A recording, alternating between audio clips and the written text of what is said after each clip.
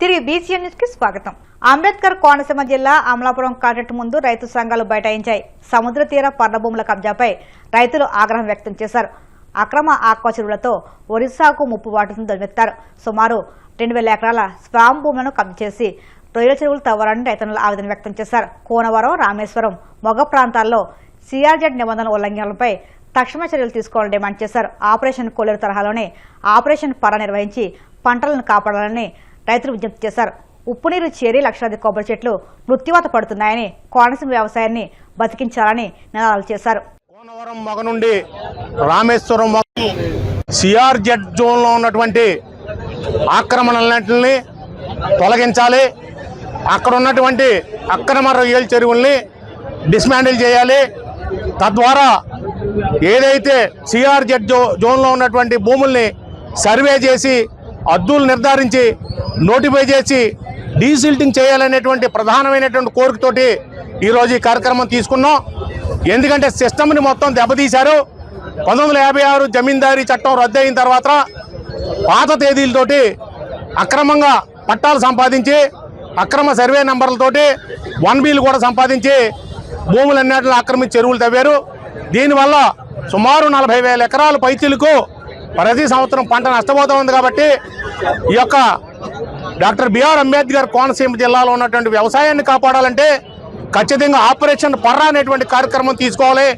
గతంలో కూడా ఆపరేషన్ కొల్లేరు చేసి అక్కడ ఉన్నటువంటి రైతాంగాన్ని కాపాడారు. అదేవిధంగా ఇప్పుడు ఆపరేషన్ పర్ర కార్యక్రమం తీసుకుని ఎక్కడున్న రైతాంగాన్ని కాపాడాలని చెప్పేసి ప్రధానమైనటువంటి విన్నపంతో ఈ కార్యక్రమం మేము జరుపుతా ఉన్నాం. 2009 నుంచి మేము ఈ సమస్యను ఎదుర్కొంటా ఉన్నాం.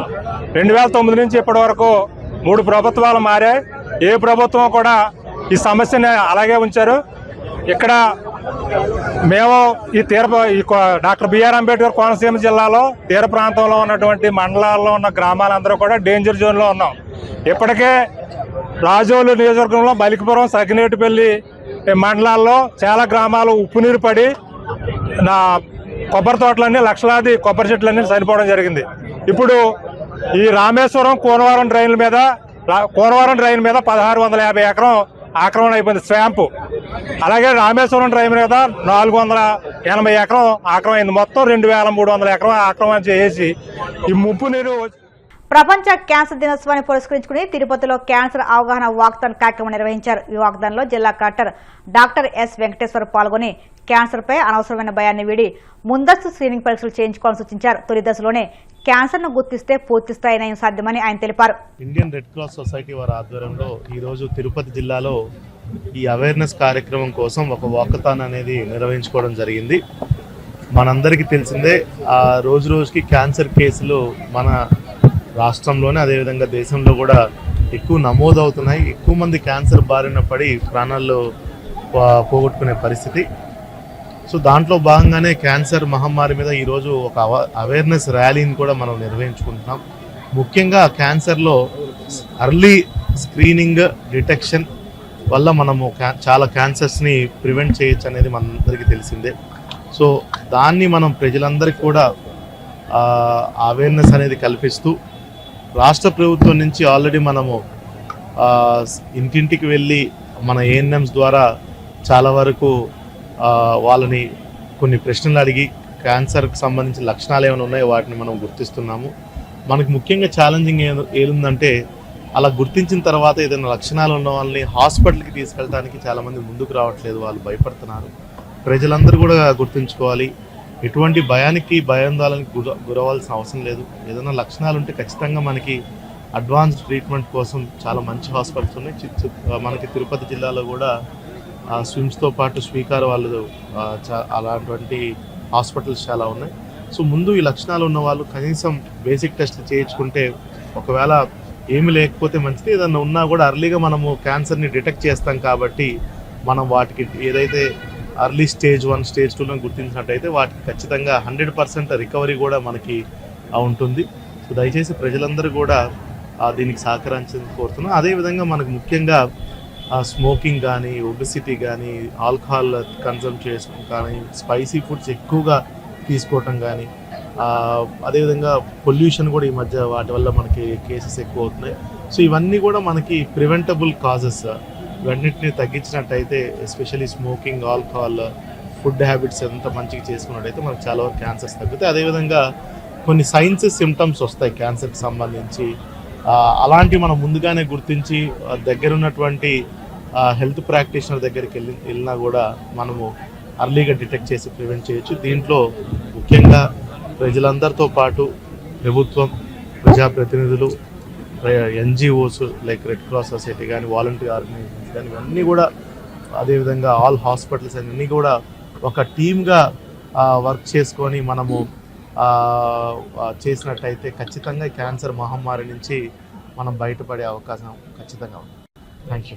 భార్యాభర్తలు మాట్లాడుకుంటే దొంగచాటుగా విన్న సన్నాసివి నువ్వెల జాతిపిత అవుతావని తెలంగాణ మాజీ ముఖ్యమంత్రి కేసీఆర్పై సీఎం రేవంత్ రెడ్డి తీవ్రస్థాయి విరుచుకుపడ్డారు.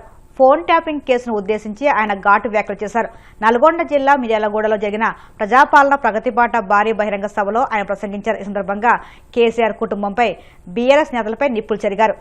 తెలంగాణ రాష్ట్రంలో మున్సిపల్ ఎన్నికల నగారా మోగింది.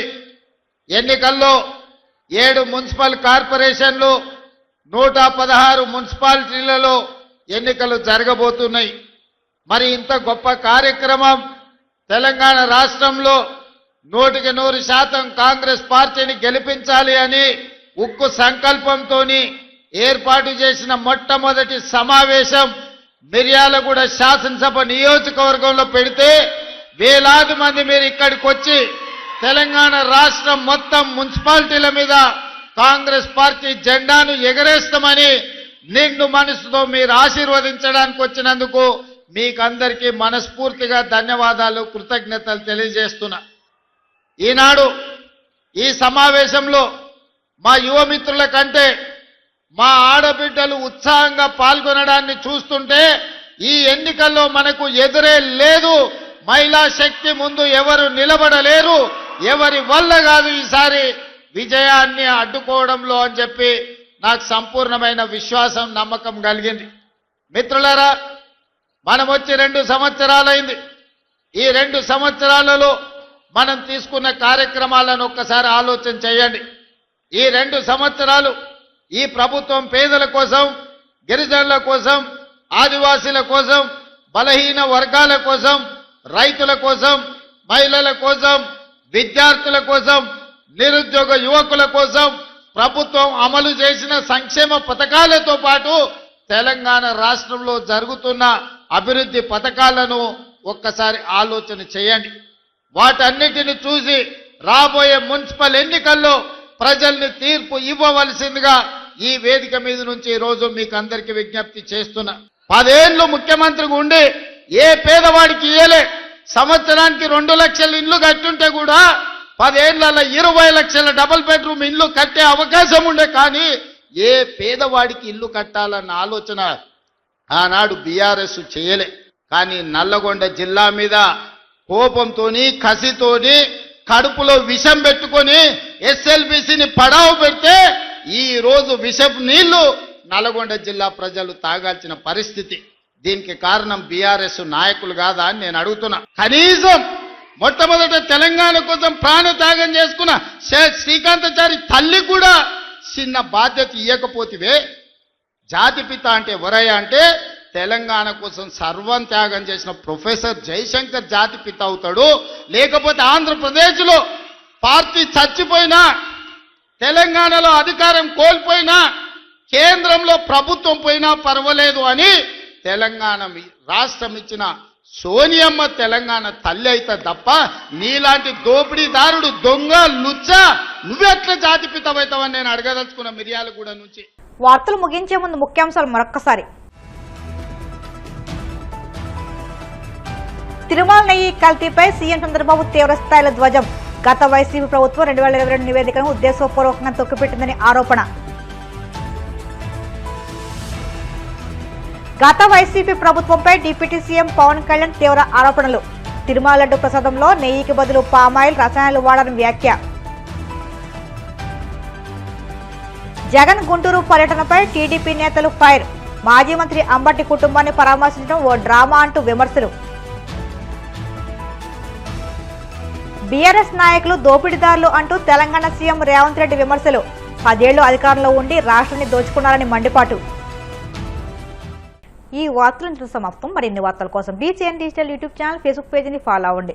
అప్డేట్ వార్తల కోసం ప్లీజ్ సబ్స్క్రైబ్.